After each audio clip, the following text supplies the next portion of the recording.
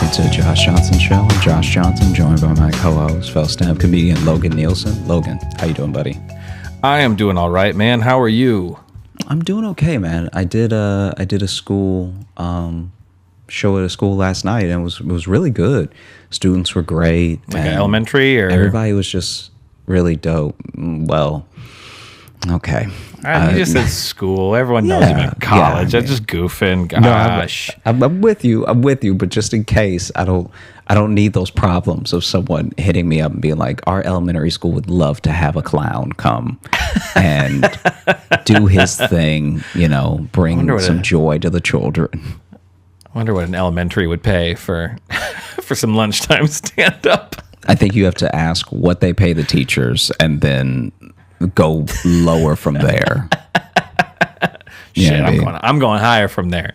Oh yeah, I'm giving them a break. Okay, I'm gonna do for a teacher's day pay plus tips. That's right. I'm hoping. I want them to encourage the children to leave tips. Okay, so this is my thing. I try to have a real day of it, right?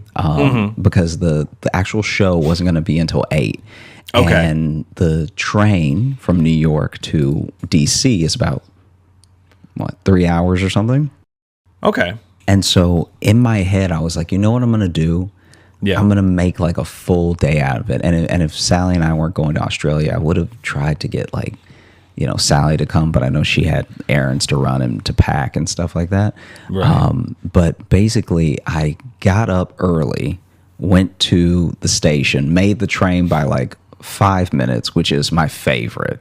I love that so much. I love when you know you're gonna make it, but you've also really cut it close to where there's no waiting. It's it's the best. It's so good. I don't know. That to me, I understand what you're saying. To me, though, that last 5 minutes leaves too much opportunity for something to go wrong. And if one thing goes wrong, then you are late. You have missed this train now. It's kind of how I feel. I mean, the Amtrak is less so. I've had less trouble with it. If you show up, if you cut it close, but you know what it is? I don't know. This is my thing. So I left. It takes 30 minutes to get there. And then probably another 10 to get to my track from where I got off at the train. So 40 minutes total. Okay. And I left with about an hour to get there.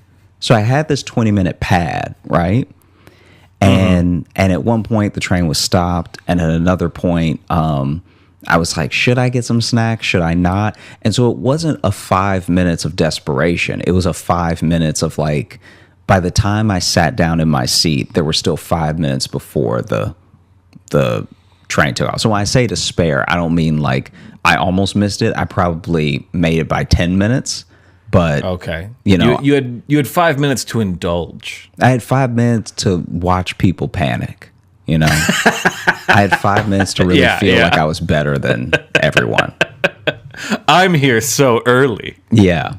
And didn't I plan ahead like a good boy? And the train ride over, because I mentioned this when we were doing our virtual live show for the patrons and stuff. That we just did, by the way. And we do every month. Come on through. Here's a little ad, huh? There you go. And sure enough, my man, this is, okay. So I ended up sitting facing the other direction that we were traveling, right? Because you know how the way that the seats are set up, you can sit facing forward or facing back. And some people don't like to face back because it makes them dizzy and stuff, I am one of those people. Yeah. And depending on the mood. Anyway, sorry, didn't mean to interrupt. No, you're good. But I'm facing backwards and I don't mind. It's fine. I've been very blessed where I don't get dizzy easily. It takes a lot for me to get dizzy, even though I'm an easy faint. So I'm either awake or I'm not. Oh, see, and then I'm an easy dizzy, hard faint. Okay, wow. If you put us together, we make one awake person. Or one horribly vulnerable person. Yeah. Someone who is both spinning and asleep. Yeah. Yeah. Just either one very healthy person or one very sick person. Yeah. A lot of head injuries from all the falling. And So I'm the way where I'm sitting, I have a clear shot at the bathroom, which in my mind is going to be a problem. Like there was some chance to move because whenever you're leaving New York, I can't remember what the first stop is, but I think the first stop is still New York. So I guess if you ever wanted to steal like a whole ride, you could probably get away with it because they don't start checking tickets until you're actually headed to you're in Jersey, right? Jersey, yeah. Yeah. And so I'm on the train for an easy like 9 minutes with one stop before they actually start checking me and stuff. And once they check you, I don't know what the process is if you can move and just bring your ticket with you that they put at your seat, but I don't like to, just in case, conductor passes by and it's like, I don't remember you. Where's that ticket from? And then I gotta be like, it's from you, bro. Please remember me. I know there's a whole train and you do this like your entire day for 10 hours, but please remember me, right? That is a weird, like, the only times I'd ever ridden Amtrak, it's only been a handful of times, so it's like a thing I don't do often enough. I always get nervous that, like, I'm going to fuck up something with just handing them the thing or scanning. Now you can just scan on the phone. And I did that last time, like, oh, but surely still, something will be wrong. Mm-hmm.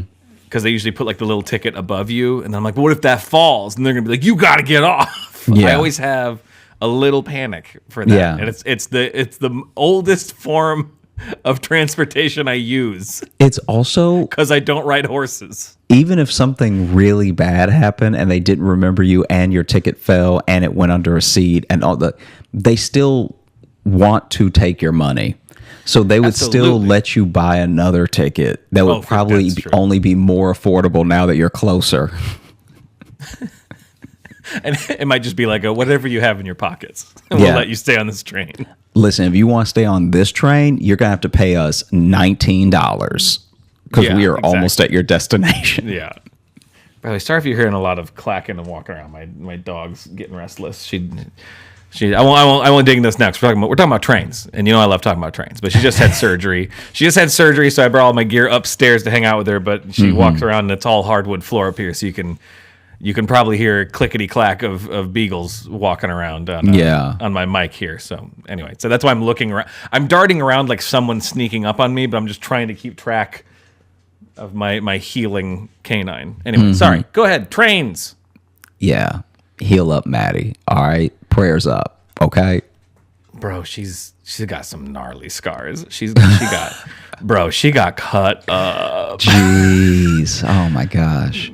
I mean, they had to, I guess, sorry, we are talking about now, but she had a big old tumor on her side she had to get cut out.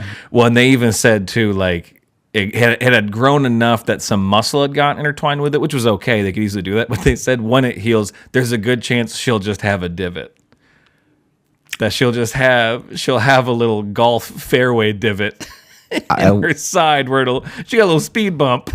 I'm excited for you to take Maddie to a dog park and just her talking to the other dogs and being like, so were you in Nam or what happened? Like, bro, she's been through some shit. Because she had 3 different bladder surgeries, I mean, years ago. Mm-hmm. She's had this lump we got removed. She had it removed 4 years ago. Mm-hmm. And they said it might grow back, and it did.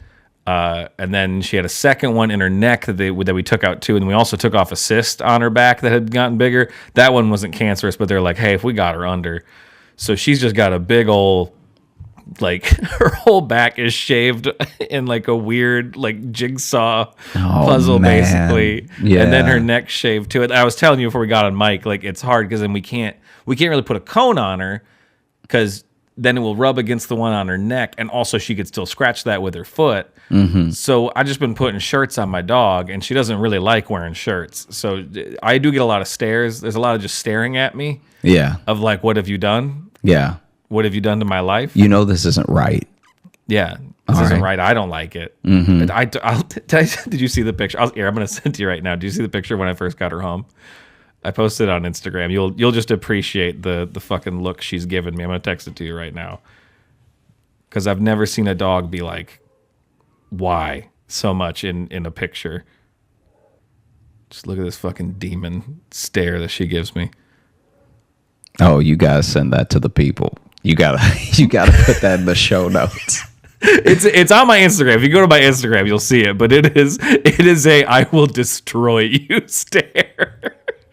Wow, I've never heard a dog curse before, but she is right now in my head when I look at that picture. Well, it's because we picked her up for having her gone all day and then immediately put a shirt on her. And she's like, first you do this, and now I got to wear clothes, which you know I fucking don't like. Yeah.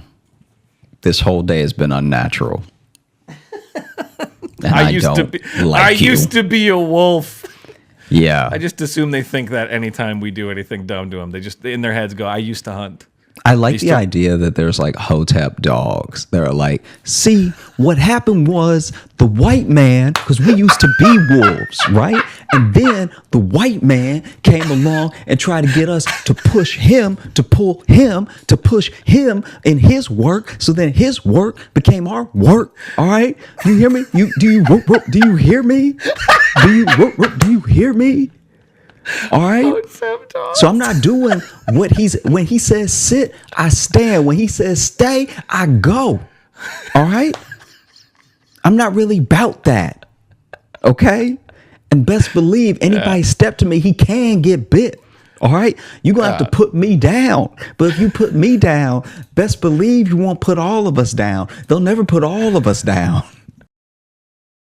We didn't land in the dog park. Dog park landed on us. Let me tell you something right now, because that's the thing with dogs as well. Where anytime people act like they've been the deciding factor in the full change in the dog's life, I'm like, all right, yeah, but as an animal, it was going to get along on its own, like in some form. You know what I mean? Like for every breed outside of the breeds that we've completely made up, you know, there's a couple ones with the snouts that can't breathe, and we did that. That was us. Yeah. You know what I mean? Yeah. I think everything else though, we ruined them. Like anytime you see a dog that's like deeply, especially as a puppy, I'm talking about like puppies, deeply out of shape, that was you. Oh yeah. Yeah, no, they love to burn calories as a resting state. Yeah. Their favorite thing to do is burn calories. I'm not delusional because there's I know people who are just like, my dog has this trait because they're, because of their previous owner, blah, blah, blah, blah, all this stuff. And I know I had her since she was a puppy. It's a little different, but I know every one of my dog's bad behaviors, absolutely my fault. I know 100% is my fault by nature of just like, she only been around. I've been the only authority figure she's ever known. So clearly anything shitty she does, I didn't handle or didn't care enough to handle. Mm-hmm. The long time where it was just me and her living in Chicago. She basically had an apartment to herself like half the time. Yeah, free reign. Yeah. Sorry, she was basically a human adult. Yeah, and I didn't do anything to curb any bad behavior. So I'm like, she sucks and it's my fault. But she's old now, so. I love when a dog does a horrific thing, and then they run up to you like you're going to be proud. Like, I did it for you. You know what I mean? Like when a dog just runs up to you with like a full pigeon in its mouth, and it's like, aren't you proud that I brought this diseased animal back to you? Well, that's why I love. She's so bad at catching stuff. The one time she did catch something, she just looked surprised. Yeah. I think I told it on the show before, but she caught a possum and she was just like, and you could see in her eyes the thought was, I don't know what to do now. So it's never gotten this far. Last night, Chance saw a raccoon, which is literally just built like him. Like he's a fat Shiba. And it's just him. It's going to be about the size of him. Yeah. Yeah. And just different colors, but still it was trying to get into a bag. As Sally told me, he saw it and just was amped and was like really talking all of that good shit from across the fence. Like, was that his first raccoon he's seen that you know of? Okay, yeah. Because it's funny when you see a dog see their first something. Mm-hmm. Because either they'll freak out, but like when Maddie sees something for the first, like when she like saw a possum for the first time, she just looked at it and wasn't upset. It just looked like her world collapsed a little bit because she learned of a new thing. Yeah, he does the possum seem just to looked at her. Yeah, exactly. He seems to be upset that they are alive. He would love to unalive them, at every turn. Right. Yeah. Maddie doesn't have that as much. She doesn't. She likes to chase, but she doesn't. If something stops running, she will just she had a rabbit one time that I think I've told this before too, but she snuck up on it and was 6 inches away. The rabbit just didn't run, and then she just looked at me and she's like, "I don't," and then just walked away. Because it didn't run, she's like, "No, this is wrong. So this seems like a trap now." Yeah. This rabbit knows something that I don't know. Yeah. Honestly, anyway. If I come for this rabbit, I feel like something bad is going to happen. Yeah. You're on the other side of him. Is he holding something? Does he have a weapon? Yeah. Is he holding something behind his back? Yeah. He seems to be too calm about this. Anyway, sorry. Trains. We haven't had dog talk in a while, you know? Yeah. No, it's fine. It's fine. And this has consumed my fucking weekend, this surgery. I'm with you. I've totally barely slept. Yeah. I've barely slept. Because she won't lay still. It's not that I haven't slept out of worry. It's because she wakes up and then sprints while drugged up still on anesthesia. That's Friday night after she had her surgery was just waking up and just trying to sprint to nowhere. Yeah. Anyway, sorry. It does sound like the opposite of what anesthesia should do. It never used to affect her that way, but the last couple times she's had stuff, because she had a tooth removed last year, and she did the same thing. It's like she's sleeping, and then she just wakes up and acts like there's something urgent she has to go do. Yeah. Which there isn't, because she's a dog. You don't know that, though. Maybe there's unfinished bones and unfinished business outside the yard, you know? Maybe. Because it does. It seems like she just starts walking places like, I'm supposed to do something, and then she stops, and she's like, no, it's right. I have no responsibilities. I'll go lay back down. I forgot I'm a dog. Yeah. But basically, anyway, college gig, trains, choo-choos and colleges. I was seated diagonal from the bathroom, which I knew was probably going to be a problem. I wasn't sure how, but I knew eventually something would happen. And I was you're at least gonna smell something. Yeah, and I was across also from the dining cart. And so a part of me was like, man, maybe I should just spend some time in the dining cart. But my seat, I don't know if this was a malfunction or if I was just lucky or maybe Amtrak stepped up their game. But my seat went back just a little bit more than normal. Ooh. And as soon as it went back and no one ever came to sit next to me, I was like, then I'm in it. Like, why would I move? Life is good, you know? So anyway. Shit, I might stay on for an extra stop past DC. I might just keep going. Maybe I'll end up in Virginia. I don't care. When the seat's this good, why get off? And eventually, it happened. There was a guy who you could tell. I heard his click clopping from down the row. Right? No. This guy. You said that right after Maddie walked by, so I thought you were saying you heard her. No. Clip-clopping. This dude, I don't know what type of nice shoes he had on, but they were the fanciest flip-flops I've ever heard that were dress shoes. Because it was like... I've got a tap recital. Yeah. It was legitimately like, how are these shoes making this much noise? And then he's running down the aisle, and you can tell he's trying to hold it together, but he... gets to the bathroom and someone's in there, and the impatience, because where the seats are, there is the handicap seating, right? Right. And so that means that since there's no one there in a wheelchair or anything, there's just room. And so he's pacing.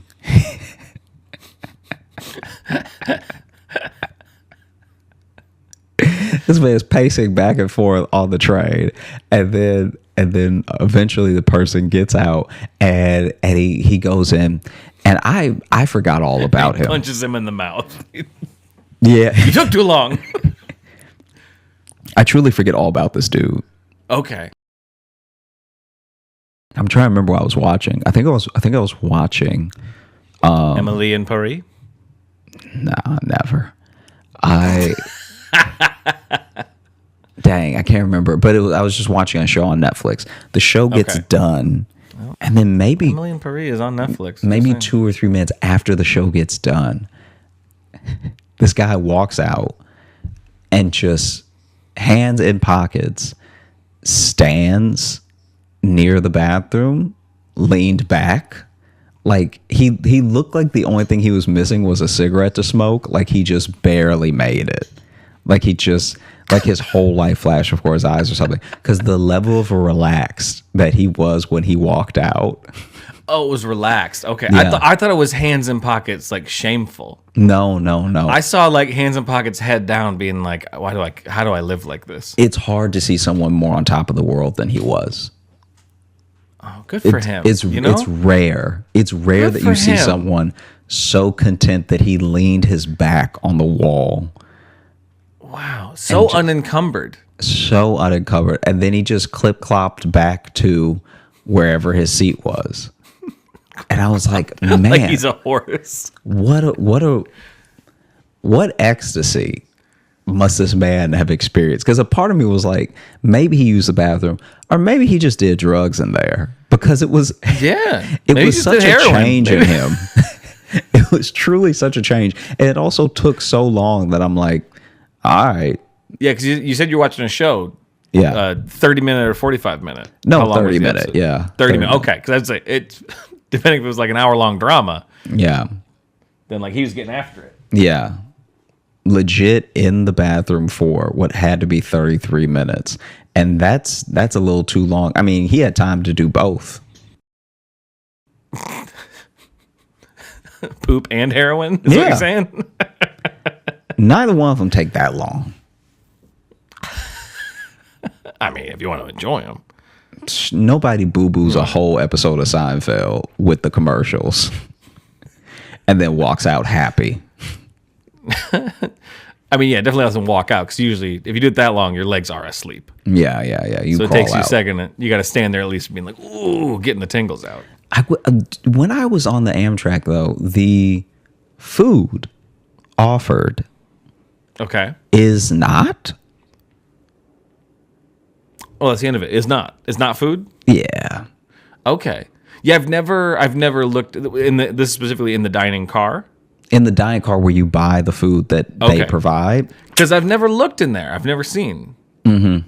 Okay, what do they got? What's on the fake menu? There's a microwave pizza that I'm pretty sure is like a one that you get in a grocery store. So I guess some people would consider that real, but I feel like because you don't control the microwave, existing and real are different things. Yeah. You know what I mean? Because it's not a real pizza, and you're not gonna feel good, right? No, I've had those. They're not good, no matter what. They at best they are there. And the person, to their credit, the person that works the Amtrak train that is firing them up for you and everything in the microwave is following the instructions. But the instructions, this is what people don't understand about microwavable foods that are kind of faux foods, is that you have to come up with your own instructions. You know? You have to tinker. You do. Diligently, and you have to understand your microwave. You have to understand your dinner that you're having through that TV dinner, and you have to know, okay, am I a low wattage? Am I a medium? If I'm a medium, is it 3 minutes or is it 3.5? Okay. Some people break it down to such a science that they'll put that microwave on 325 and have whatever their TV dinner is coming out perfect. Because they've eaten it so much that now they realize, like, okay, 330, a little too hot, a little dry, you know? Yeah. Which is a great combination of victory and sadness. Because you're like, I nailed this. But you're just like, I'm too good at microwaving these. Because in all the time that you got good at microwaving these, possibly, potentially, I'm not saying you have to, but you could have gotten married. Have figured out, okay, went two very different directions. You could have gotten a life and been happy. Yeah, I guess so. I guess maybe that's the takeaway. Then the other thing is a hamburger that is actually way more depressing. What was your other path, though, that you could have gone down? If you gotten so good at it, in that time you could have... found a fruit that you really like. Oh yeah, okay. Like a fruit that you like roll with, like in the amount of times it takes you to really get down to an exact second and wattage of what this TV dinner should be to come out tasting good. You could have tried mango, you could have tried an apple, you could have tried so many things to be like, hey, this is the fruit that I roll with, you know? Yeah. Because once you have that perfect timing down, it means that it has to be the last time you ever have it. Mm-hmm. You know what I mean? You're just like, wow, this is a science now. Mm-hmm. I can never buy these again. Yeah. I've perfected this art form. It is time to move on to another medium, which is microwave burgers. So, was this like a straight up like 7-Eleven burger? Kinda, yeah. It did not look. It looked like dry, and it looked like it's finally gotten to the point where the general public is as exhausted with processed stuff as doctors. Because it used to be if you went on and on about processed foods, you sounded like a health nut, and now you're just right. Like now they finally come out with a couple burgers where it's like, no, yeah, that's not even a good shape. You shouldn't have no burger. I'll go out on a limb right now and say no matter processed, unprocessed, grass-fed, grass-finished, I don't care if you put butter on any of that, no burger should be triangle. Yeah. And I'm not saying that one was triangle. I'm just saying that the roundness to corners ratio was off. Let's just say no corners generally. If you're not going to Wendy's, no corners. If you're not going to Wendy's, no corners. All right, I don't want to eat a baseball diamond. Okay, I think it's a fair rule. Because Wendy's are the only ones that can do corners. Exactly. Now you're messing up because Wendy's even had to take a step back and be like, okay, what is the bread to meat ratio? Yes. How many bites are people going to be missing meat for? Yeah, and I feel people typing already that White Castle has corners too, and White Castle is trash. Okay. I don't mean to start this war right now. Ooh. I don't mean, I know. I feel them coming. I know. Fighting words. I know. They're not good. I don't like them. I don't like White Castle. I might have had it too late in life, though. I never had White Castle until I was like in my mid-20s, and I was like, oh, okay. That's probably the problem. I remember. I was in my mid-20s and not on drugs, so... Yeah, I remember you were the one when I moved to Chicago who explained White Castle to me. I did? Because I had never had it. It's not anywhere else I've lived. Well, see, but it was never where I lived either. I never had it until we would already known each other for a few years where I had it. For a few years? Because you were the one that told me it was a thing. New York. I mean, I knew it existed. I knew what people liked about it. I'd never had it. I didn't know what it was. Someone had said White Castle, and I was like, okay, how about this? I thought, it's gonna sound so dumb. I'm really did think White Castle was medieval times.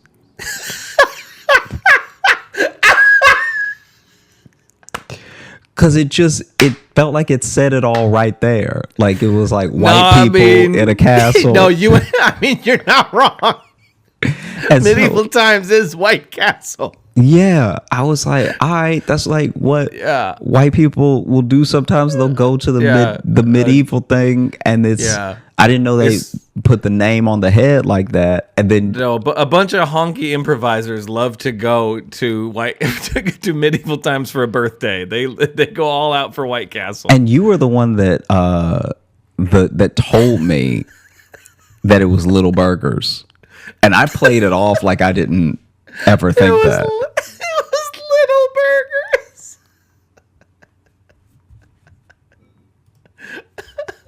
You guys want to go down to Little Burger? I'm just saying, like, because the way. Okay. No, we never had them either. I never had them. I think from where I live right now, I think they had one in like Cedar Rapids. You know, and this is basically near where I grew up, and we just didn't have them. I knew of them, but I'd never had them ever. Now, are you talking about White Castle or medieval times? White Castle. I've never been to medieval times. Oh, okay. We should go to medieval times. That'd be fun. We absolutely should. That'd be a good time. I've been to things like medieval times, like that are offshoots kind of thing. Like a Renaissance fair? Well, not just that. I mean, literally, like the type of restaurant. We went to one in Florida that was medieval times, basically, but it was pirates. And dude, it kicked ass. Really? Because in the middle, instead of it being like the big, like dirt, courtyard thing, instead it was a big ass pool with a pirate ship in it, and then on the pirate ship were a bunch of trampolines and stuff, and they were all like acrobats instead of like knights, but they were all dressed like pirates. They would swing in from different corners and then do like flipping stunts and stuff, and it would be a lot like medieval times, where instead of jousting though, it would be this big like sword fight with them doing acrobatics, and they would get eliminated one by one, and like you were assigned, like your section was cheering for one of the pirates. I don't remember what it was called, but it was like super fun to watch. That it was like medieval dope. time. It was fucking rad. I don't remember what it was called, but it was really cool. Oh man! But yes, I've also been to Renaissance fairs. I've been to a couple of Renaissance fairs. So. I want to see like an earnest, like a real, like two people have a problem with each other fight at a Renaissance fair. Not a Renaissance fair where it's like, oh, we're gonna go at it as part of the performance. I mean, like people can sign up. Like Jeffrey and Sean been had problems. And so they start throwing hands, like full on, like full on tights on everything, but then the hands getting thrown are real. Yeah, just ye old Fight Club. Hey, that would be amazing, because then it's also cumbersome, because now you're not fighting in your best fighting clothes. Nope, Well, then they're like, get on this horse with this lance, and you're like, I've never done this. They're like, well, you got beef though, so figure it out. Dude, I don't even know where this is, but I've watched a few videos that they've made. There's a fight club in the woods. All right. Elaborate, please. There's a fight club in the woods where people go, and like it's like amateur boxing and amateur MMA and stuff, and they built an octagon out there and everything. And oh god, so it's like proper, not just. No, it's real. It's real. It's like, oh god, yeah, and oh no, and you would be surprised. It's actually handled really well, and the refs that they get are really good. Like the refs will call it off. Almost like the same as the same rules as any like sanctioned event, but I'm pretty sure it's in the woods because this is all legal, right? So I'm just gonna see what happens when I type in "fight club in the woods" for Google. I'm pretty sure this is a purposely undisclosed location. Okay, so how'd you hear about it? You hear things when you talk to people about fights, and everybody talks about fights all the time. You hear about fights. Oh, so this is like some truly underground shit then. Yeah. Oh, and it's really well done. It's actually better done than you would imagine, because it's. Have you seen like footage of it or? Yeah. Okay. Anyway. There was a guy that showed up one time. Nope. You can't just anyway. What? Is this something I can look up, or can you send me? I'll see if I can find one for you. Okay. You don't gotta do it right now, but I wanna know what Fight Club in the Woods is all about. Yeah. I think you're gonna be disappointed because it's very professionally done. Like the only thing. Yeah, but still, just doing a sanctioned fight also in the woods is kind of funny to me. Yeah. It's got a real air of like Tekken to it, Not only does it feel like Tekken, some of it looks like Tekken, because as long as you're in the same, I'm pretty sure, as long as y'all want to fight, they'll let y'all fight. And there's this one dude. Oh, like old UFC rules. Yeah, and where you could be hundreds of pounds different. I don't know how. I've seen some weight differences. I don't know how egregious they let them get, but like it does seem there are some that are very one-sided, where you have to respect the heart of the other individual. You know what I mean? Like maybe when you weigh them in for heart, they weigh in the same. But as far as bodies, no. Yeah, our weight class isn't weight; it's by passion. And there was one dude who especially, sorry if this is the one that I find for you to send for you because I've only ever watched 2, but he showed up. He showed up like he got the call, and he lives in the woods. And so he just walked out of his house because he had the most comfortable garb on. Like, I'm pretty sure he had on pajama pants and then slippers. And so this man is doing his footwork in slippers, countering punches in slippers. Real quick, I want you to imagine you're in the woods and then you encounter a man in slippers. And you encounter a man in a sweater, pajama pants, and slippers swinging. Like, because in that case, if you run into a man in a sweater, pajama pants, and slippers, the best case scenario is he was just teleported from somewhere else. It's unlikely, but that is your best case scenario. Worst case scenario is he is about to kill you. Yeah, I don't know if you greet him with champ. You know what I mean? It would be a surprise if he was a champion of something. Yeah. Whatever he's the champion in, the police have not found him yet. Yeah. And then some of them, I think, are barefoot. Some of them decide to have on some type of shoe, like a boxing shoe or something. But they'll also do them based on, I think, the discipline. So it is kind of like old UFC, where now, obviously, because all of MMA having some knowledge about every single discipline is for the best, you see a lot less of people showing up with one discipline as their primary, and there are still people that do that in the woods. Yeah. Like they show up and they're like, I'm just going to do Taekwondo. Yeah. Well, yeah, because early UFC, like MMA wasn't like super a thing yet. No, it didn't even exist. Yeah. Yeah. Early UFC wasn't, MMA wasn't a thing. It was literally fighting. You were the ultimate fighter. Yeah. You would just show up and know how to box type of only. Fight. Yeah. Whatever type of fight you wanted to do, you would fight someone. And then there you have it. It was really beautiful. And now everyone thinks that they do everything. Yeah. It was, I mean, beautiful's a word for it. I don't know if well, it just like some of those early tapes I've ever seen are like, oh no. Yeah, they hadn't figured out the rules yet. If they stop this fight a second later, this becomes a snuff film. Yeah.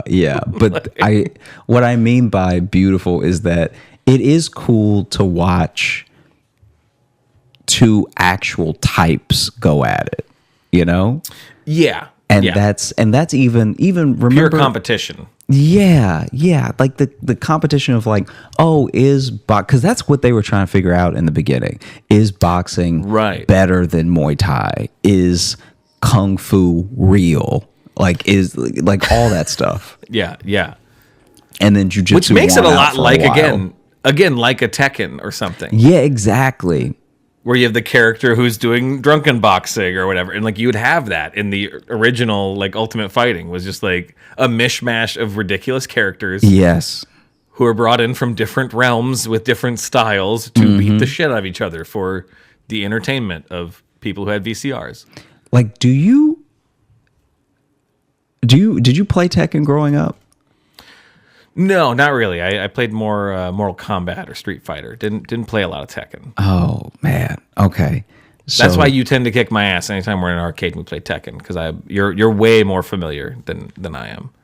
Yeah, but I'm not even the amount of money and the amount of clout that these new Tekken guys have is insane. It's actually troubling. But we've watched some of the professional like Tekken. Are like, even though it's just a video game, you are kind of like, Jesus. Yeah, and the crowds, they'll sell out an arena. Yeah. Imagine if my thumbs were that good. I just want good thumbs. Just give me them good thumbs. Like if you had real good thumbs, you could really make a living now. We're in a different era. If you come through with good thumbs, that's money. Yeah, it used to be a phrase to say I'm all thumbs, and that used to be a bad thing. Now it's a good thing if you're all thumbs. Yeah. You ever heard that one? No, I never heard that. It's an old one. Oh, okay. Saying you're all thumbs at something means you're like not delicate with it or whatever. It's an old timey phrase. But now, if I'm all thumbs at Fortnite, if I'm all thumbs at Tekken, if I'm all thumbs at Street Fighter, if I'm all thumbs, I'm a millionaire YouTuber. I'm all thumbs, I got a golden thumb. Can we start a streaming channel called All Thumbs? I mean, it probably would be pretty great. I think that'd be great. That'd be very fun. And we could do even like the old games, because you forget how, man, people who made games back in the day, so like Namco, Sega, all these places that made games back in the day didn't give a damn about kids. No. All those games were so hard. Like, so fucking hard. Like so hard. Past level 3, they were like unplayable. They just wanted your quarters. Yeah.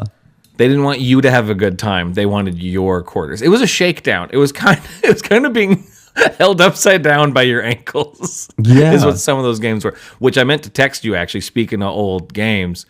The Nintendo Switch, which we play every now and then, we're together on the road. They just added GoldenEye. So I got GoldenEye now for us to... It looks like people about to get popped. Yeah. It's about to... Our next video game video we make for Patreon is about to be fucking petty. I don't even remember how to play. All slappers. Oh, I'm always bad, because it's always, especially, the aiming is so horrible in that game. I'm never used to it, because I didn't own it when I was a kid, but all my friends had it. So I played it a lot, and we get used to it. But it's not one I have a muscle memory for. Oh. I am not all thumbs with GoldenEye. Yeah. In the good way. I'm all thumbs in the bad way. Yeah. It is funny how... Do you remember the Nintendo 64 controller and how that was built? Yeah. It felt like a prank. Exactly. It's like, looking back on it, there's so much nostalgia for the cartridges and for the controllers and everything. But I remember when I got it for Christmas. Maybe I don't know. Maybe I was only a year late, but like I finally got one. I remember that, and just being like blown away. And I got like 2 games with it, and I was just like, I was losing my mind, right? Yeah. And still, though, when I was holding it, I was like, this doesn't seem right. This is... Well, there's like 2 different ways to hold it, because you have the 3 like prongs. Like, some games you kind of need to be in the middle on the thing. The other one you need to be sometimes on 2. I don't know. I always had to relearn how to use that controller every time, because I never owned one. But you owned an N64? I owned a Nintendo 64, and then I didn't own another gaming system for years, because it was just, I did not have the money. And finally, I won a PS2. Oh, we talked about this on something. That was a video I think we did. Yeah, and then that was the last thing that I owned. What'd you win it in? What'd you win a PS2 doing? It was a walk run event or something. And I got the most signatures for like me doing 3 miles. Or I'm trying to remember what it was. But it was something like that, where I needed signatures and I needed people to pledge, $5, $10, whatever.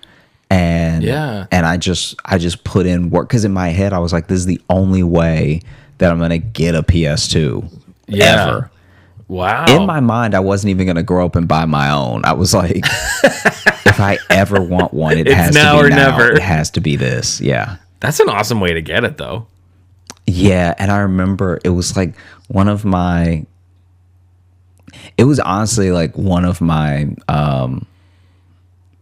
when you talk about top 100, because I won't put it in the top 10 because that sounds too sad, but like one of my top 100 favorite memories. Oh no, that was my camera. Your camera turning off? Yeah. But one of my top 100 just favorite memories, period. Yeah. Was in the video. We'll just put the wood guy from Tekken. Yeah, Moko-chan. on your half of the video. It'll be that guy.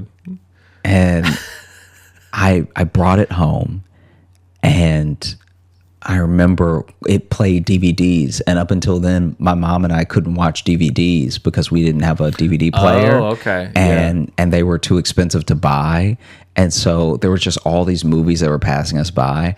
And I remember when my mom was so excited for me and how like happy I was and everything, that I don't remember if I borrowed it or if she bought it. We must have borrowed it because I don't remember watching it.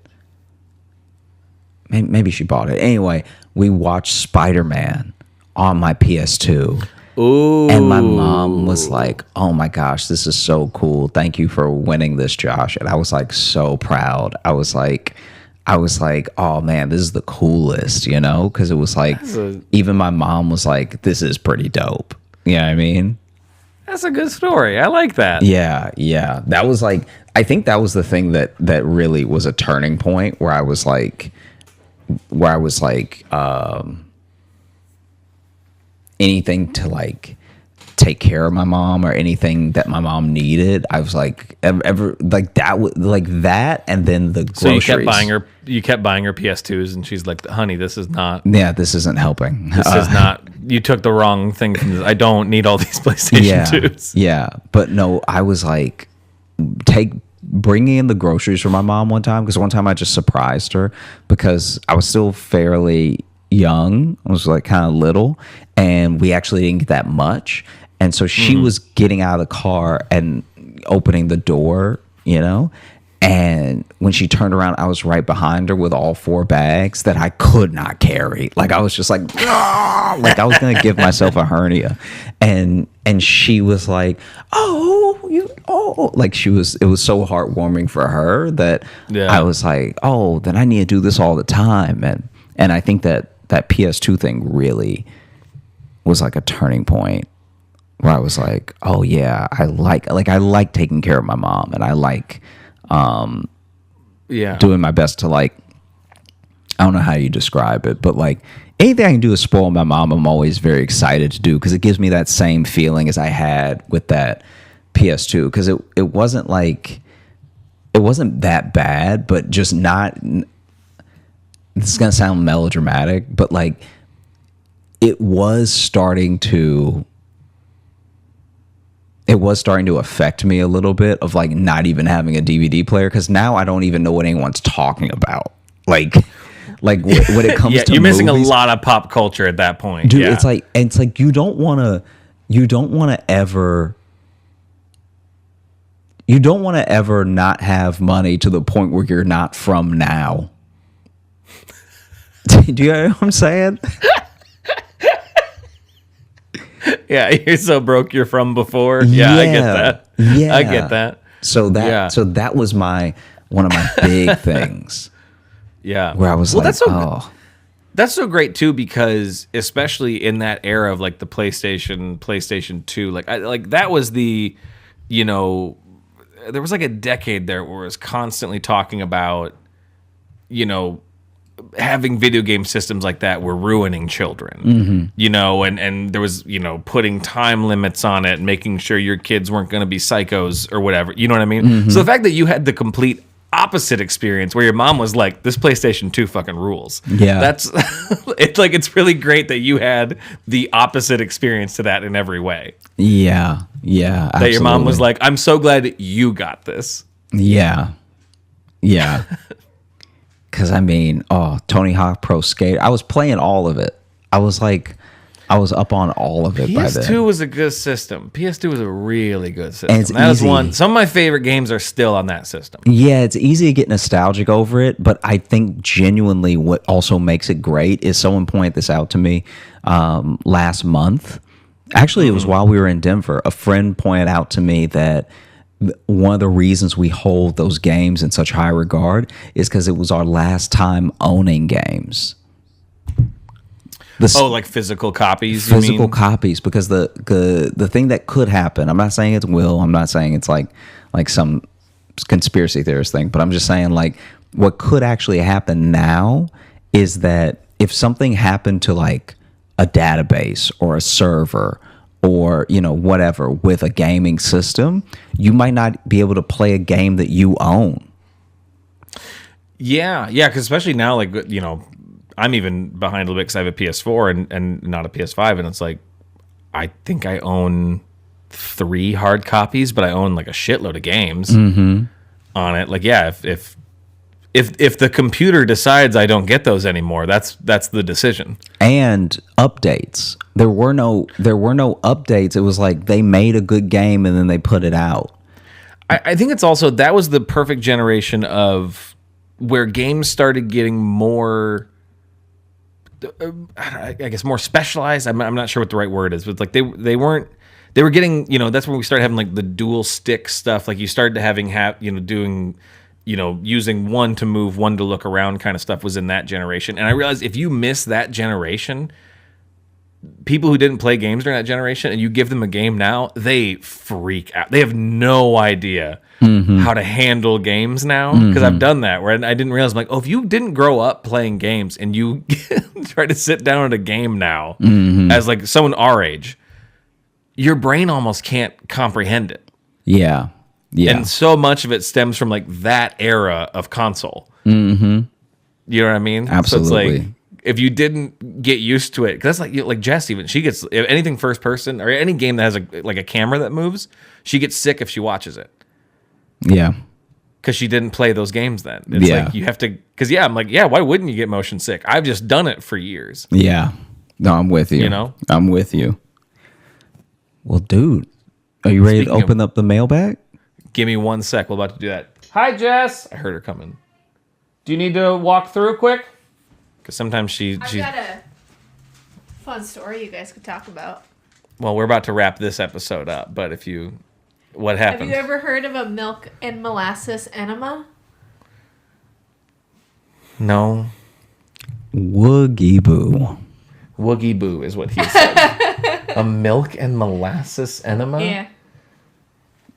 That sounds like, when they clearly run out of names for like the specialized IPAs. And they're like, oh, this is demon anus fist. And you know what I mean? They just start putting words together. That's what that sounds like. Yeah, it works. Ugh. That's what I was cleaning up before I came home. That's what I was cleaning up before I came home, she just said. Okay, thanks for stopping by, hon. You're welcome. I love you. Love you. Your job's gross. I'm glad you do it, but everything's bad about it.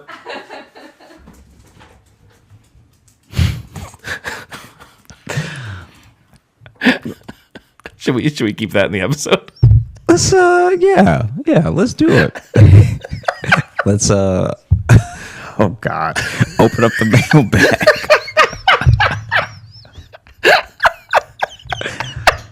I gotta go try to eat nachos now. Yeah, sorry. Yeah, this has been a strange episode. All right, here we go. Let me see. Opening up the mailbag. This is our email, joshjohnsonshow@gmail.com. You can email us questions or stories or topic ideas, and we love to read them there. Here's one. This is from Kaylin, and the title is called Storytime Request. Hey, Toontown and Squeaks. I'm a longtime listener, first-time emailer to the show. I've probably listened to every episode about 3 times. I will never get used to that. Yeah, that's amazing. People have been telling us that for 3 years. I'll never get used to it. Y'all are my favorite thing about Thursdays. Well, as per usual, I was re-listening to an old episode 48, Little Joshy is Kidnappable, while changing my cat's litter, and Josh mentioned an old improv troupe he was kicked out of. I don't believe Josh ever told this story, and I was hoping he would indulge the listeners. On a side note, Josh singing Vindicated at the end of episode 125, our last episode, Don't Meth with Crack, is my new favorite thing to say to myself alone and unprompted. Never fails to make me smile, LOL. Anyway, hope y'all are well. Truly cannot express how much this show means to me. See y'all next Thursday. Thank you, Kaylin. That was a very lovely email. That was dope. This improv troupe. I don't know if we've really talked about it. Yeah, I will talk about it, but it is longer than, in order to really tell it, it is longer than. Okay. Yeah. So let's put that on the docket. Maybe next episode. Should we try to dig into Yeah, maybe so. Yeah. Because we could probably do, because we both did improv. There's probably improv stories we could fill an episode with, maybe. Mm-hmm. Do something like that. Okay, so I know that's always sometimes annoying that we get asked a thing and we're like, cool, we'll talk about it later. Yeah. No, I'm with you. But okay, so we'll get to that. But thank you so much for that email. And then this one here, this is from Gabe. And great podcast with a great host. The title says, hey guys, love the podcast, but I just wanted to ask, why isn't it called the Logan Nielsen Show? I mean, Josh is funny, I guess, but Logan is obviously superior. I mean, compared to Logan, Josh is barely even there, but they spelled it like bear in that pun that you love. Oh, God. I'm just kidding, parentheses, maybe. I love both of you, and I love the show. 1 million out of 20 jangles. Sorry about your brain, King. Gabe, and then I love they give a pronunciation key, and it just says, pronounce like the word gay, then you add a B sound. Wow. Thank you, Gabe. I appreciate that, because I know this episode 2 is going to get some hate because I talked a lot, and some people hate that. So some of our listeners are not a fan of me being a part of the show, but so I appreciate that. Yeah, and thank you so much, Gabe. And thank all of you. Thank you for listening to the Josh Johnson Show. We had a great time recording. I hope you had a great time listening. All that I ask of y'all in this episode is, if you enjoy the show, just tell one friend. Just tell a friend about it, so we can hopefully make more people laugh in the new year. Come out every Thursday, wherever you get your podcast. You already know that if you're listening. And if you're looking for Logan, you can follow me on Instagram at Logan M. Nielsen. And if you want bonus stuff that we do, because we make some videos, we do some side podcasts, we do a bunch of goofy stuff over at our Patreon, patreon.com/Josh Johnson Show. And like we mentioned earlier in the episode, we do monthly live shows. So come join us. We tell stories we've never told in the show before. We interact with people and have a generally chaotic time. We literally just finished recording January's before we started recording this. And it was one of the more off the rail ones we've had, I would say. Yeah. It was pretty chaotic, but it's a whole different vibe over on that. And we're touring this year, so keep an eye on all the links are down. We put so many links down there. They all lead to important information. Yeah. How's that?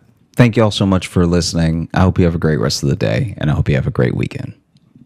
And I hope you have a great trip to Australia, Josh. Thanks, man. Yeah, it's gonna be great. One assumes. I'd like to assume. There's so many spiders there. Don't. Hey, thanks so much for watching. Please like and subscribe. It really supports the channel. Hit the bell notification, because apparently it's the only way YouTube will tell you that something happened. And just tell a friend. That's the biggest thing you could do. Just tell one person in your life that you like, maybe you don't like, that this video happened to you. We release the podcast every Thursday on all the podcast apps, so you should find us there and subscribe on those and comment and leave reviews and whatever on all of them. And also, if you want bonus stuff, you can join our Patreon, patreon.com/Josh Johnson Show. We have bonus podcasts and videos and stuff there, and we'd love to see you. Welcome to the Josh Johnson Show. I'm Josh Johnson, joined by my co-host, fellow stand-up comedian Logan Nielsen. Logan, how you doing, buddy? I'm doing well, man. How are you? I'm doing all right. I think I'm just at this point where I'm fed up with a lot of things. Like I think that I don't think I'm crazy. I don't think that I'm a crazy person. It's great that you're saying this in kind of a whisper too. No, but like, hey, listen. I don't think I'm crazy. Okay, I don't think I'm crazy. No one can tell me that I'm crazy. So basically, kind of off the cusp of what we talked about before on the Patreon and stuff like that.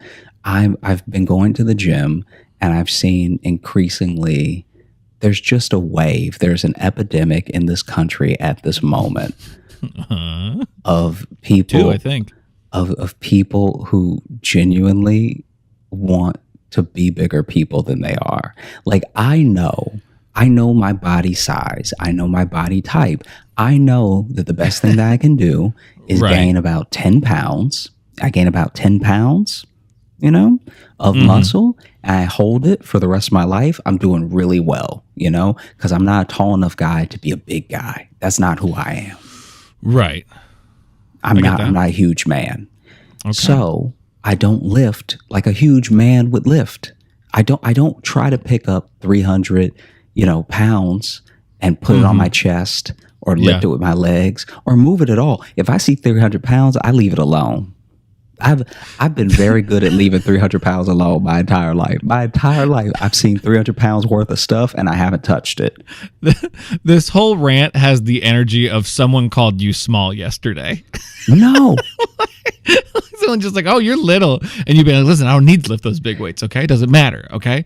I don't need to. I know I'm not big. I don't need it. I'm comfortable with me. I don't need to lift it. You get out of here. Everything that you said is true except for somebody calling me small. I'm very comfortable in my body. I know who I am. I like who I am, and I don't need to lift ridiculous amounts of weight just to prove something. Like, honestly, when you lift like that, all you're doing is practicing pushing people away in your life. That's all you're getting stronger for. Jesus. That if you are pushing 500 pounds, I bet you could push a sibling away. Well, so now I want to be clear now too. Are you against anyone just trying to get bigger that way, or are you mainly just coming down on the people who clearly are trying, but they're skipping too many steps? I'm coming down on people who lift wrong. There's a lot of people out here that are like, if I moved it an inch, I did the whole rep, and that's not life. Yes. Well, that's like when we watched, if you ever watch those videos, we've watched a couple of the gym fail compilation stuff. And we just did a thing on Patreon about it a little bit. And it's like most of those people who like fall down right away or pass out, it's because your body doesn't want to do that. Your body's shut down because you decided to skip from 200 to 300. So there was this man in the gym. That this is also a very dumb thing to have happen because it's wholly unnecessary because even the gym wasn't equipped for it. Okay. So the gym doesn't have like a trap bar, right? It doesn't have one of those hex bars that So I went to this gym and it's very minimal, right? And this person took the long bar, like the bar for, squatting and bench pressing and everything. And this person, I don't know what his plan was. I really don't. But this is so stupid. And I should have just been recording him. Anyway, so because that would be the next step of evolution in the show. Because now I have to explain a thing that's so dumb. I'm going to sound dumb saying it. So but that's going to be fun for me. So what he did was he took the two bars that are for squatting or bench pressing, and he put weight on either side of those bars. Then he stood in the middle of each of those bars and tried to pick them both up, like he was standing in a hex bar, which if you don't know what a hex bar is, it's a way for you to deadlift where the bar, instead of being one long strip, it's all around you. It's a hexagon around you. This man took a bar here and a bar here and put weight on either side of them and then was trying to deadlift them up each. To explain it, it's as if he took weightlifting bars, but like he put them down like skis. He put them down like skis, and then on he tried either to side pick it of him to reach down to pull them up. And I'm assuming were these like regular length like bench bars? Yeah, regular length bench bars, which is insane. Wow. So then the confidence that you will be able to balance that perfectly. So then with only your wrists, this dude then stands up. So he does do the rep. I'm not I gotta give him full credit. He did the rep. But what he ends up doing after that is each bar in his hand starts like swinging. Like it starts like swinging one side of that. So now he's shifting his weight to try to balance them, which you don't even have to do. Jesus. You did the rep. Let it go. You could drop it. It would make a loud noise. So he did the rep and then he's just holding them now. And then he did the rep. I think what he was trying to do is do the rep and then shrug it. I think he was trying to stand up and then shrug. Oh, do a little shrug. But as he's trying to shrug it, he like knocks him off balance. So now he just looks like the world's worst juggler. Like nothing's leaving his hands, but everything's moving.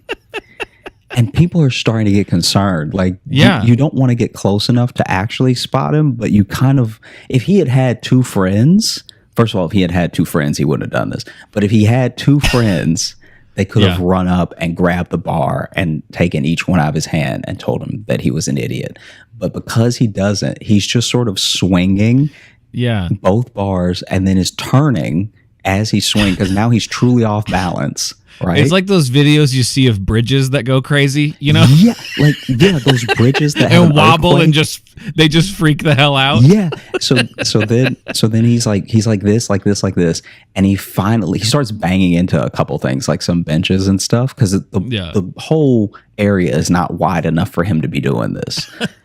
And so then he bangs into a couple things, and he finally is like, I should set these down, and you can see just I should stop. You can see the strain on his face as he's trying to set them down while they're also uneven, and he just refuses to drop them because I guess that would be in poor taste. And so he finally sets them down. When he stands back up after that, if you want to call it a rep, he is so genuinely lightheaded. Like, bro, I could see it. I was like, this dude wants to pass out. This dude wants to pass out so bad. And if nothing else but the sheer, like a man's ego is an incredibly powerful thing. For sure. An ego will give you the strength to lift that, but it will also remind you of how embarrassing it would be to pass out to the point where you force oxygen into your brain so you don't pass out. This dude was wobbling. He wobbled to the water fountain, and then he stayed at the water fountain for quite a while and then just didn't drink any water. This dude is leaning on the water fountain for strength. Because he knew bending over the rest of the way would take him down. That's where his body would give up to actually get to the drink. Yeah, if I actually stand up from this water fountain, I'll just pass out and bang my head on this water fountain. Wow. I do wonder sometimes. Like, I don't go to the gym often, so that's why I don't know a lot of gym stories when Josh brings it up. But there is always there's always people. And did this guy too seem like actually kind of in shape too? No, he was in shape. That's why that's always that. And that's always the mind blowing part too. It's always really in shape people. But you see everything they do is a buck wild choice. And obviously that's not how you set that up. Don't do it that way. Don't ever. And you're like, how did you avoid injury long enough to get in good shape? It's like they seem like they got lucky for so long and you're catching the one. Or is that every time? Does this guy feel like he's about to pass out every goddamn time? And in his mind, he's like, man, that's a hell of a workout. One rep makes you want to pass out. Can you imagine almost passing out and then having to, in your head, go, oh, one. Day's just getting started. Yeah. Set one, rep one down. I also love the... it was deeply uncomfortable. So, if someone actually listens to this podcast that does CrossFit, I'm sure they'll correct us in some way or fashion. But to my knowledge, and I just call them CrossFit pull-ups because they're wrong, and I've only ever seen people who do CrossFit do them. Okay. Have you seen the pull-up where you're just fully using momentum to get the next rep? So it just looks like you're chest bumping the bar, like you're just riding. Yeah. I've literally only ever seen people who I know do CrossFit do it that way. That's just, I don't know if that's how they teach you or if they just don't care and they count those as reps. But basically, I was watching this guy in the gym one time that was doing those. And there's a guy standing on the ground that's trying to use the pull down machine. And he is just catching whiffs of crotch at every rub with the bar, he's just like, and it's like he's like truly catching crotch in the ear, like just. And he's like trying to just do his reps, and you can tell he's just swallowing the anger. He's just like, oh, okay.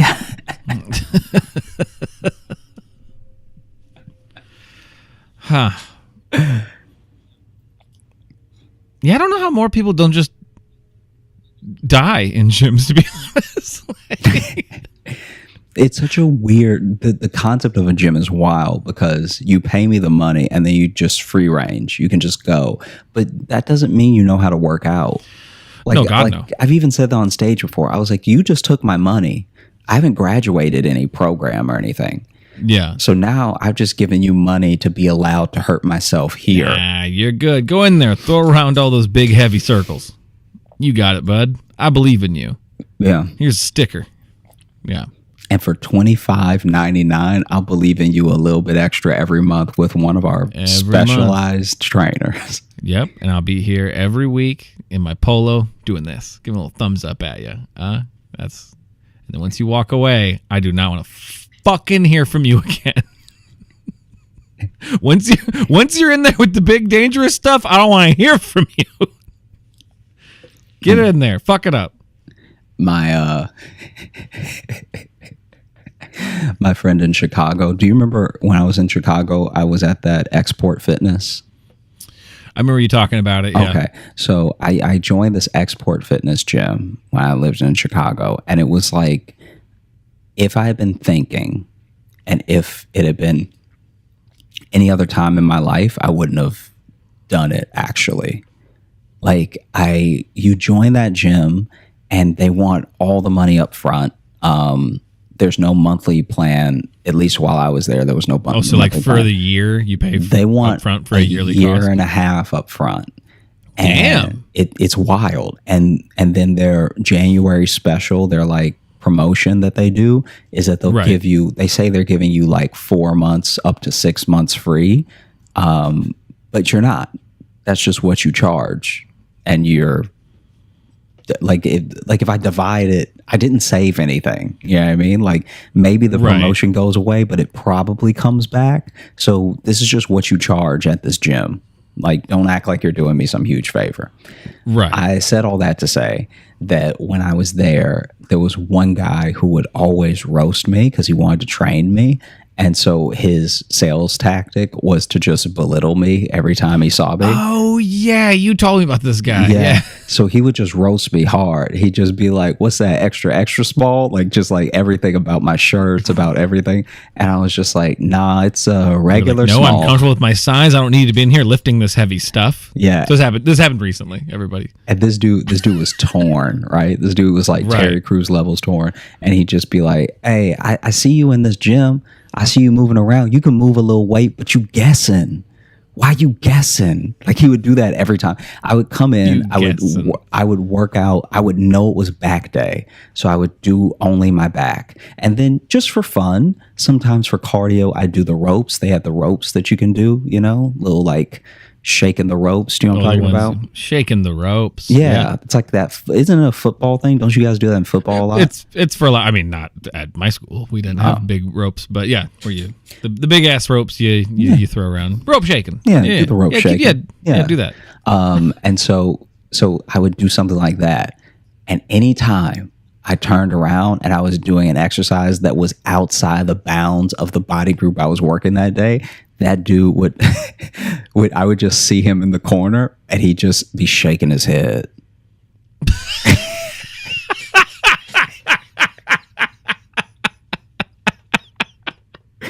It's like, it was the most disappointed in you from afar.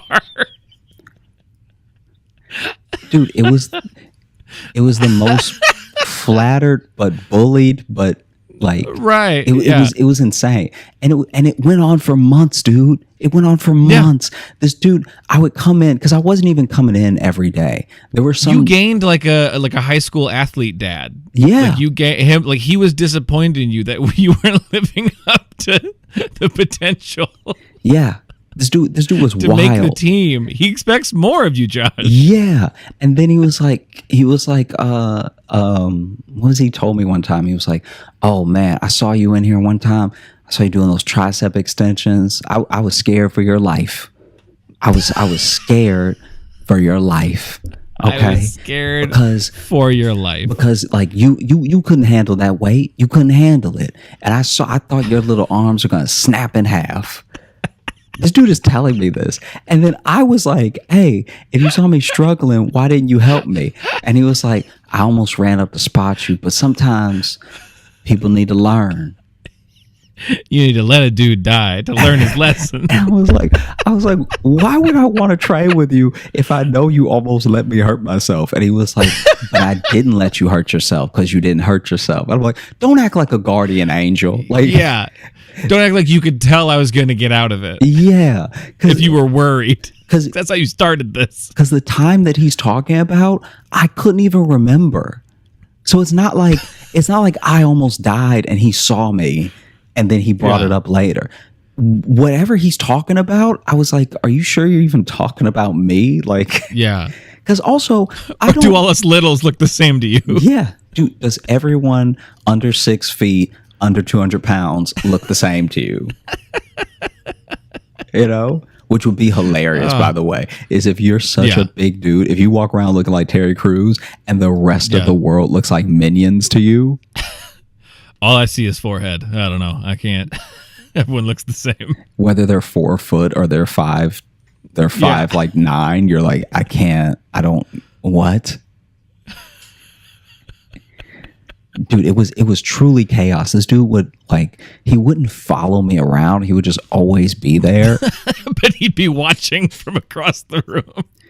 This dude, and I never really looked out for him that much. Anytime I happened to see him was me looking back. Does that make sense? Like he was never in my field of vision. Yeah. He would just be, if I just happened to take a break, like I'm drinking water and I turn around, he's just in the distance in the gym, just like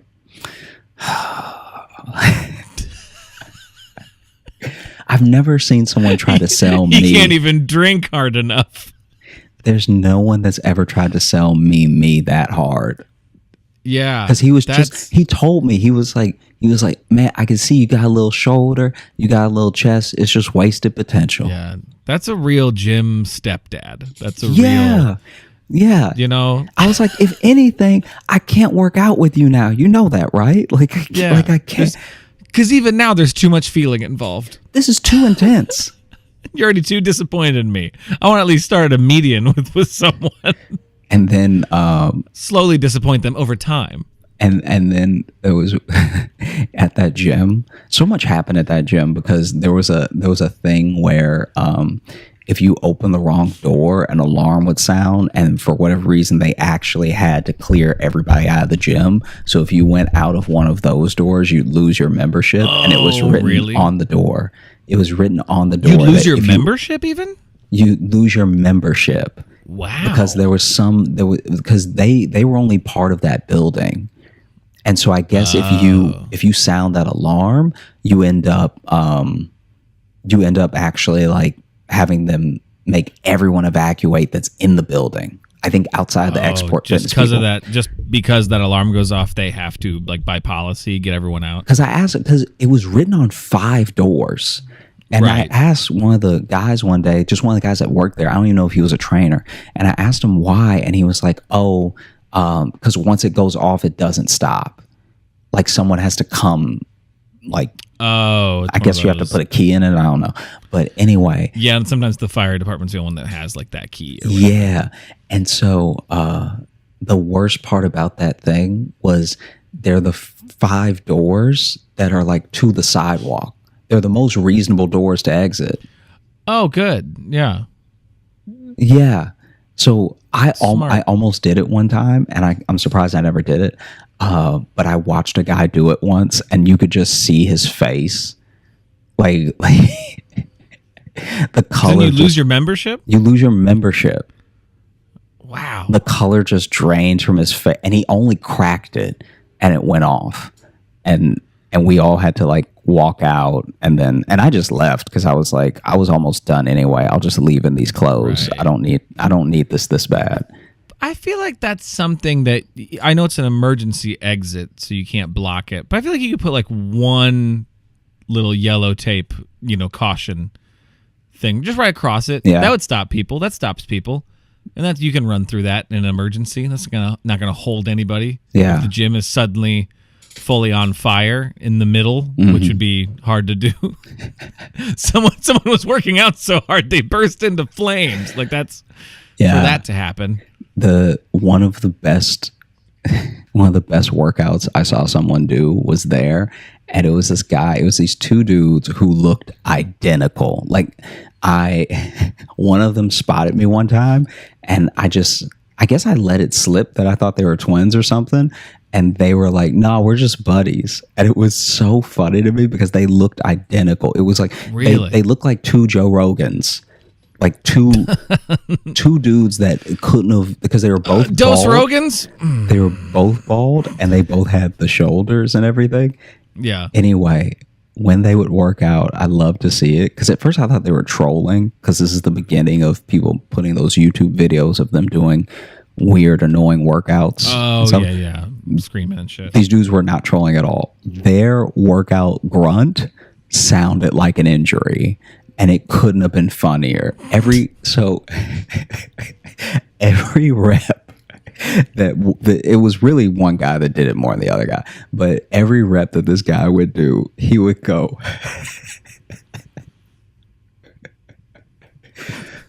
He would go, wait. Don't make me laugh. Stop. Okay, wait. I'm doing it. Every rep he would go. Oh.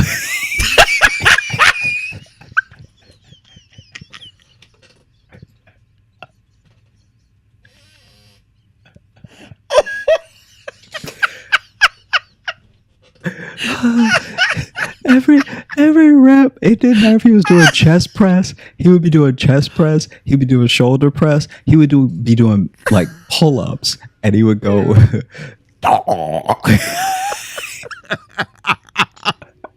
That sounds like you did something that pisses off your dad. Like he looks at, he's like, "Nah, come on, I gotta fix this now." And the worst part about it was that his form was like impeccable. Like you actually could have made a tutorial video of this dude and just have him going. It's a workout video where they're showing form and they never address the noises that the athlete in the video is making. Because what we're trying to get is, if you look right here, that's the kind of motion we're looking for. And it was like, and it's just in the bed. The guy's trying to talk over it to camera. He's here, in the background.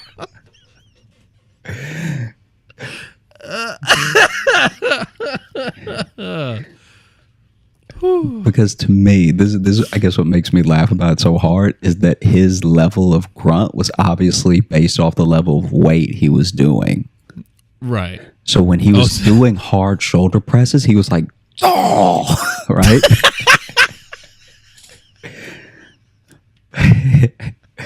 But then when he was doing just we're talking about body squats. He would be like,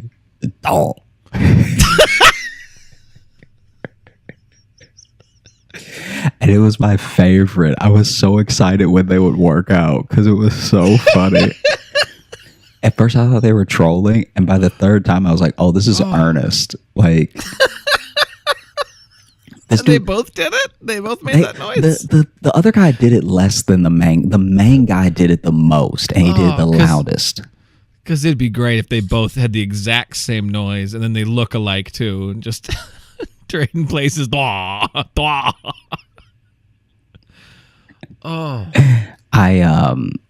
I'm so glad that we're getting good stuff. I have a very bad feeling that my battery's about to die. So on your camera? it'll be less for you to edit. but it does mean we may not have a full video episode because I don't know. Is it giving the battery sign right now, or it's giving the battery sign? And I charged it, and it wasn't full, but it was on 2 bars, and it's only been 30 minutes. So. Is it giving you the battery sign, or is it flashing the little red one for the card, meaning it's recording? No, it's flashing the battery red and white. Oh, okay. Yeah. So we'll take it till it goes, but yeah, I'll just keep talking. Because I'm wondering like too we if we want plenty of good stuff for video. But yeah, so anyway, I love when there's a movement in the gym, or there's just a certain exertion that's just not regular, because these exercises are not new. There's rarely new equipment, and even when there is, it's new equipment helping you do an old exercise. Right. Yeah. So I used to love the guys who came in with the respirators before COVID. Do you remember those dudes who would come in with the oxygen mask? I mean, I've seen guys in oxygen masks. Josh, I don't go to the gym, bud. Yeah, but I just mean in the time you've known me, I don't go to the gym. Yeah, I just mean if you've seen it in passing, I know you don't go oxygen tanks. Yeah, I've seen. No, not oxygen tanks. The little mask. Oh, like the white mask, or like kind of like it'll be the mask with the 2 circles on either side. Okay, like an old ventilation mask kind of thing. Yeah, and people would work out in those. And it was always funny to watch because they were trying to mimic working out in altitude, I guess. Is that the point of that? I believe so. And it's so funny because yep, that's your camera turning off. Yeah. Well, Josh's camera turned off. We're going to finish the episode. So, hey, something's going to happen video-wise. That's so funny. Okay. So yeah, no, you would just see a guy in a respirator or something. And, right. And every once in a while, you would see a guy who's really slowing down. This was a bad idea. He should not be doing this. He's not it's not that he's not fit. There's just a level of fitness for what you want to do versus where you are. Right. Yeah. And he's not at that place where he can run on the treadmill for an hour in that respirator. It's just not happening. Right. And so you would see him just really contemplating his life, but with the mask still on. This whole thing probably seems like less of an issue since we've lived in COVID and have watched people have emotions with the mask on. But the first time I ever saw someone have a full on breakdown, I was in a mask. I was in a gym, and this dude was just huffing and puffing, but walking back and forth with his hands on his hips, but refused to take the mask off, but was just And this was pre-COVID, you said? This is pre-COVID. So, okay. So my man does look crazy. Yeah. It's people like that, too. You look around, we can't all be training for something. We all can't be training for some sort of life-changing journey we're about to go on. And it seems like that's what some are trying to do I got to be ready to run a mountain, maybe. I'll do you one better. Better. Most of us shouldn't be training for anything. Yeah, that's the flip side of it. Most of us just should not be. Yeah. Because this is the thing.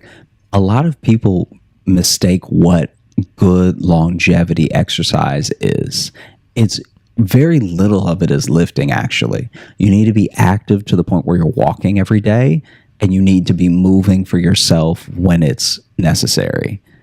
So you going, I think that New York keeps people just by virtue of what it takes to live here. I think New York actually does help you stay healthy if you decide to walk instead of Uber and bus everywhere. Well, that alone when I was is there, doing wonders for you. When I was there and we talked about how hot it was, I think I lost 7 pounds just from purely walking around and sweating my ass off. Yeah, and then the agility too, because remember that last day, New York threw a few rats and roaches at me, so maybe kind of have to stay quick. Yeah. Because It honestly, happened twice on the way home. A rat ran through my feet, which is like fine, but it's startling once. Twice, you kind of go like, really? yeah, dude, I'm telling you, that thing, oof. When you have to just like get somewhere on foot that you don't even care to be, that really makes you take your time when you're walking. And I think that just that alone is really good exercise. Even that, dude. That's what I love too about people that live in New York, and you do it a lot, where it's like you're even trying to praise it for something, and you're like, yeah, but then you gotta walk, and you don't even want to be there. No, yeah. Every statement always has this layer of being like, and also like, what's even the point and why? But New York. This is wildly off topic. I mean, I guess not. It's about staying limber, staying loose. But this might only be interesting to you and not our listeners at all. But Maddie caught a possum the other night. So your dog, that is how old? She turns 12 this week. So your dog that is 12 years old this week caught a possum. Bro, I was proud of her. She's never caught anything. It caught a possum that I'm assuming was agile. It was a small possum. Like, it was small and like thin. I actually thought I saw it at one point. There was a quick second in my head where I'm like, is that a ferret? Because I've never seen one so long and like black before. But it was definitely a possum because I saw it had the tail and it wasn't a rat. And then she went right to it. She had it. She knew where it was gonna be. I'm really proud of her. She's a shit hunter for a hound. So she was ready. She bolted, cut it off, and it was in her mouth with one grab, and then it did the full like possum like blah, like play dead thing. And it was really, honestly too, I'm gonna critique this possum's performance, hamming it up a little bit. It was a bit much. Do you think if possums it had its mouth talk, open and its tongue out, it was going bah, and I'm like, all right. Do you think if possums could talk, they'd be like, "Oh, you got me. I have been murdered." Ooh, oh, you got me, the light. Oh no, damn. I see my grandma. Ooh, I'm so dead. Ooh. Oh, you gonna kill me? Ooh. And she was, I think Maddie was surprised she caught it because at one I like yelled, I was like, Maddie, drop it. And she kind of looked at me like, I don't know what to do now. She just had it in her mouth looking at me. And then she dropped it and I dragged her in. And then once I closed the door, I saw the possum get up. I'm like, ugh, and then like walk out of the yard. Dude, that's the part that grossed you out the most was the possum walking away. Yeah, that was. What'd you think was going to happen next? I hadn't prepared myself for that part. For the thought of a possum walking. Okay, interesting. So over the weekend, I was in Ojai, California, with Sally and her parents and everything. And in the middle of the night, I went to the bathroom. And in the bathroom, while I was on the toilet, just trying to, do my natural thing, a spider. Trying to do my natural thing. A spider that just had too many legs. Okay, a spider with more than the regular legs 8 coming out of its legs. Yeah, like this. A 15-legged spider came out. This spider had a fat old ass, which to me reads as poison. You're probably not wrong. Yeah, so I just like immediately grab a towel and stomp the shit out of it, Right. I'm just stomp, right? I move the towel. This is all while I'm still on the toilet. Like I'm not standing up or anything, right? Right. And so I can barely even reach it. I'm like extending my leg to stomp it. And then I move the towel and it's all crumbled. So you're standing on the toilet but stomping down at it. Raining down from above is what you're saying. Mm-hmm. Okay. I was just trying to, yeah. And so then I move the towel and it's doing its all crunchy, like I've been through a blender stance, whatever, right? And then I think it's dead. I'm still on the toilet, so I can't do anything about it at the moment. And I genuinely almost screamed though, because I'm sitting on the toilet. I'm almost done. And as I'm about to like stand up, it fully just extends all of its legs and runs away. And like I was ready to throw up. Because if you've ever watched a spider come back to life, you know how disgusting it looks. Like it stayed in that crumpled position because it thought, okay, if I stay like this, maybe they'll leave me alone. And he was right. Yeah. Then I go have a great day. We went on a hike. It was beautiful. We saw some oranges along the way that were like truly like so ripe that they were falling off the tree. Incredibly sweet. We ate a couple of them, and then we went into town, had a great brunch, and just like had a really, really nice day.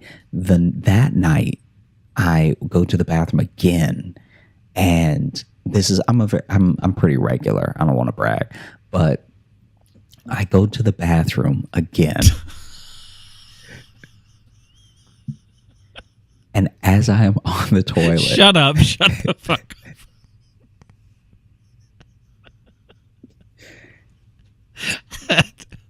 up. Hit me in waves of you bragging about being regular. All right, go ahead. What happened? It's a beautiful thing. It's a great thing. Yeah, it means your life Some is people in aren't order. that way. Yeah. So anyway, my girlfriend's jealous of me. I'm more regular. She absolutely, she's called me out. She's like you got your times in the day. I go, yes, I do. Yeah. And so it's called training. Ugh.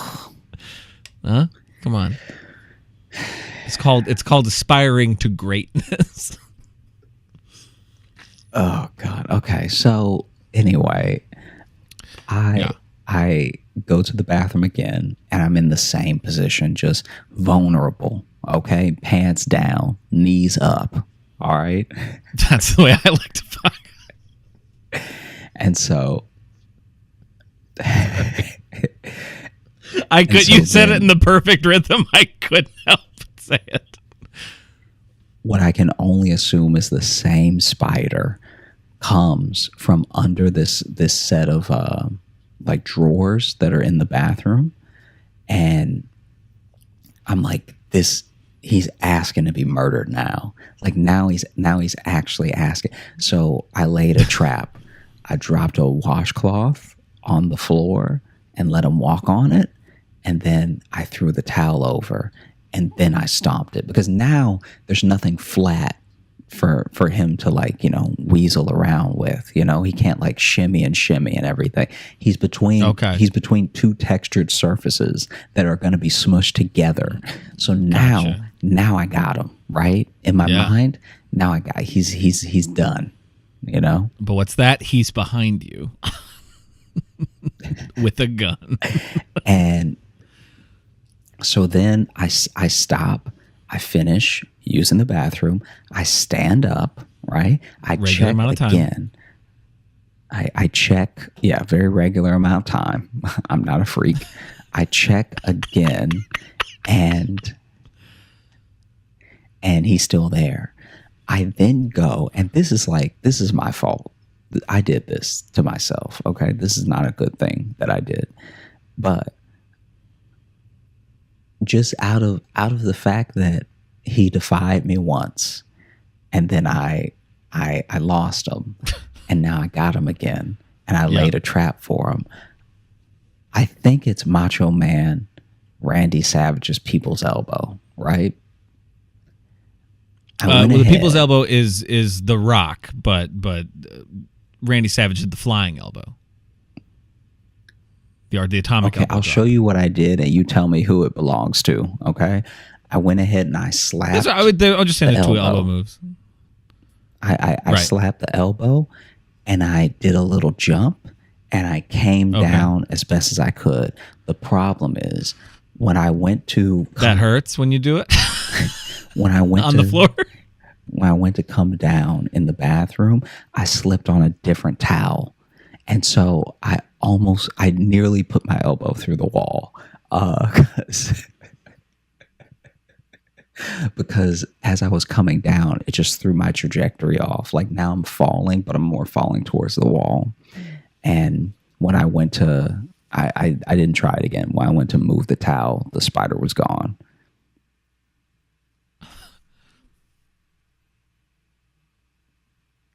Okay. I got a few things we need to just go back through and just touch on. Go ahead and shoot. Okay. So you genuinely decided to drop an elbow on the spider. I already killed him. Now it's time to insult him. And you thought, like, this won't go wrong. I thought there was enough room in the bathroom. But you're still going to come down on, like, the flat floor with your elbow. It's not going to feel great. Yeah, but I'm going to land on rugs and towels. Okay. All right. Fair. Okay, fair. But then I should have pointed out there was a big rug in the bathroom. That's still okay. I'm still like, you're lucky you didn't like fracture your fucking elbow just dropping it on the flat floor. I was gonna hit him in the bathroom. I was gonna hit him with more tricep meat than elbow. Gotcha. Okay. Yeah, you're really trying to do a stunt fall. I get it. I gotcha. But then ultimately, the spider did escape. And so now you're just showboating. I mean, I don't know why that's such a arc of the story. I'm just saying the spider has bested you twice now. And you got so cocky you were about to do a celebratory elbow drop onto it. That would be like if when The Rock does the people's elbow and he like pulls off the shoulder pad and does like the thing, he's not realizing the wrestler is slowly crawling away until he drops the elbow and he's like, oh, damn it, they left. I didn't look. I guess it would be like that. Yeah. How about we open the mailbag? No, you don't get to just pull that ripcord on me. You know the story you just told. Fine, we can open the mailbag if you want. Let's see here. I wasn't prepared. Let me open it up. All right, this first one here. This one is from Ivana, and the title of it says, "How do I get in the mailbag?" And then the body says, "Yay, please help, thanks." Hey, you've done it. Your wish was granted. You got in the mailbag. That's how you do it. You email joshjohnsonshow@gmail.com. So send away, Ivana.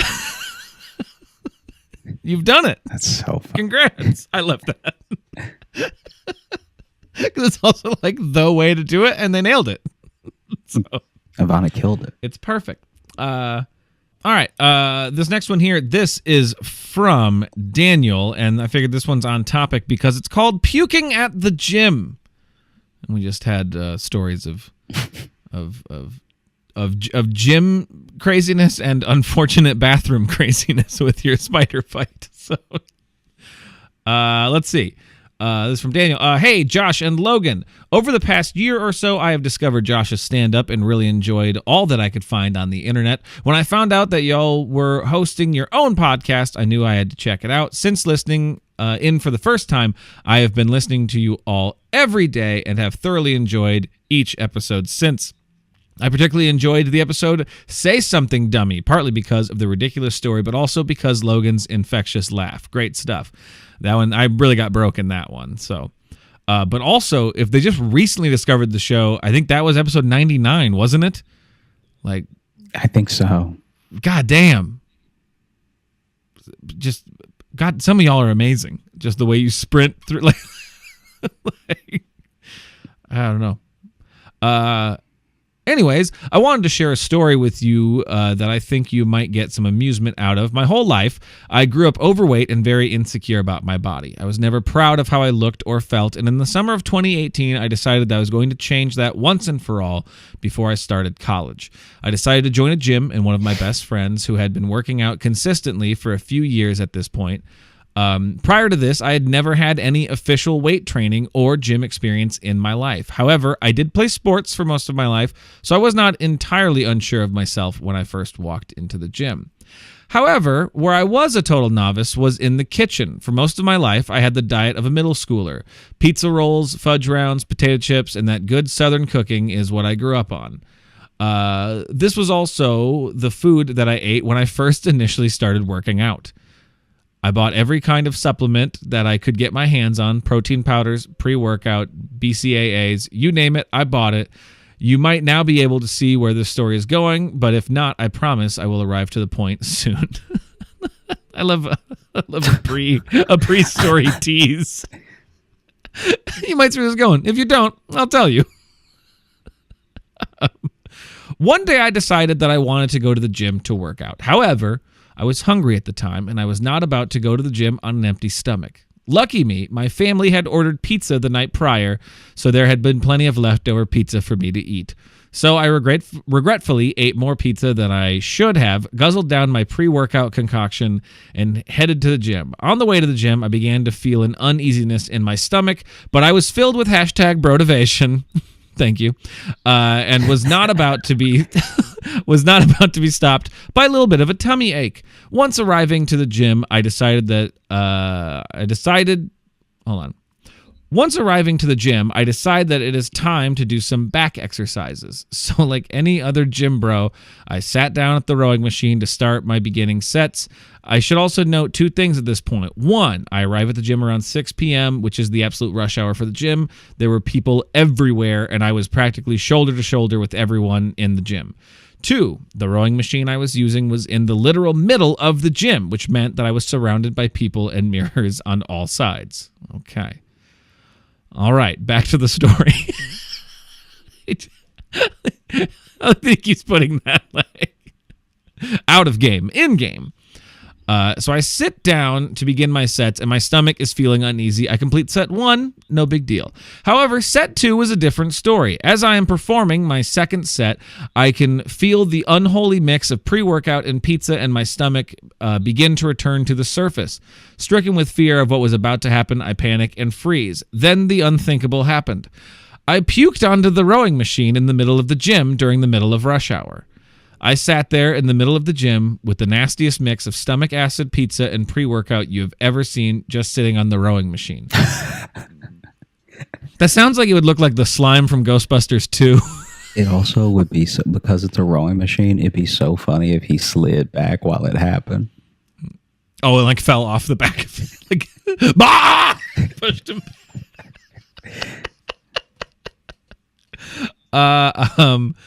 In this moment, my fight or flight instinct kicked in, and I fought everyone there. No, that's not what happens. But that would be, I just started throwing punches. No, I immediately ran towards the paper towel station. I ripped off some paper towels, frantically cleaned up my puke, and then sat to finish my set and work out like nothing happened. That's a bold move. No, this is normal. That's how it goes. If that doesn't happen to you, you're doing it wrong. To this day, I can't believe that I did not just get up and leave in humiliation of the fact that I just puked in the middle of the busiest gym in town. But for some reason, I was compelled to complete my workout. I hope you enjoyed the story of me being slightly humiliated in public. I still get a kick out of this to this day. Life is funny, isn't it? What a beautifully chaotic ending. Anyways, thanks for all you do. Keep up the good work. Take care, Daniel. There's also some PSs here. Do you want me to read those? Yeah, please. P.S. I live in Chattanooga, Tennessee, and would love to see y'all perform stand-up here someday. Don't know if my city has ever been on the radar, but I'd love to put our name in the running for future shows just in case you guys are ever feeling up to it. I mean, half show will travel is usually our deal, but... Yeah, right. You know, a little bit. So Chattanooga, probably not out of range. PSS, that's postscript. It'd be PPS, right? Postscript. Yeah, PPS. And I'm not meaning to correct. I read it and then my brain got stuck of being like, that's not. You don't have to explain yourself. You're doing great. Hey, thanks, buddy. That's the most supportive he's ever been to me on the show. That's the nicest Josh has ever been to me. And his camera's not working, so there isn't even video evidence of it now. Damn it. Yeah, there'll be a cartoon, though. I also come from a small town like Josh, and growing up, we also had a firework man. Our firework man also operated out of an 18-wheeler container with awnings cut into it like the one Josh mentioned that he purchased fireworks from in episode 101, the Louisiana Avengers. My firework man left his firework container in the parking lot of our grocery store year-round, and it would open up in July. Oh, wow, so a year-round. That truly is then just a spirit Halloween. Like it opens for the 1 month and then just sits empty. 100%. Glad to hear that I'm not the only one who grew up with a small town with a local firework man.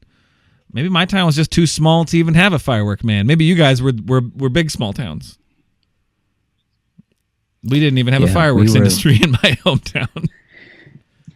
Yeah, imagine being a little city slicker.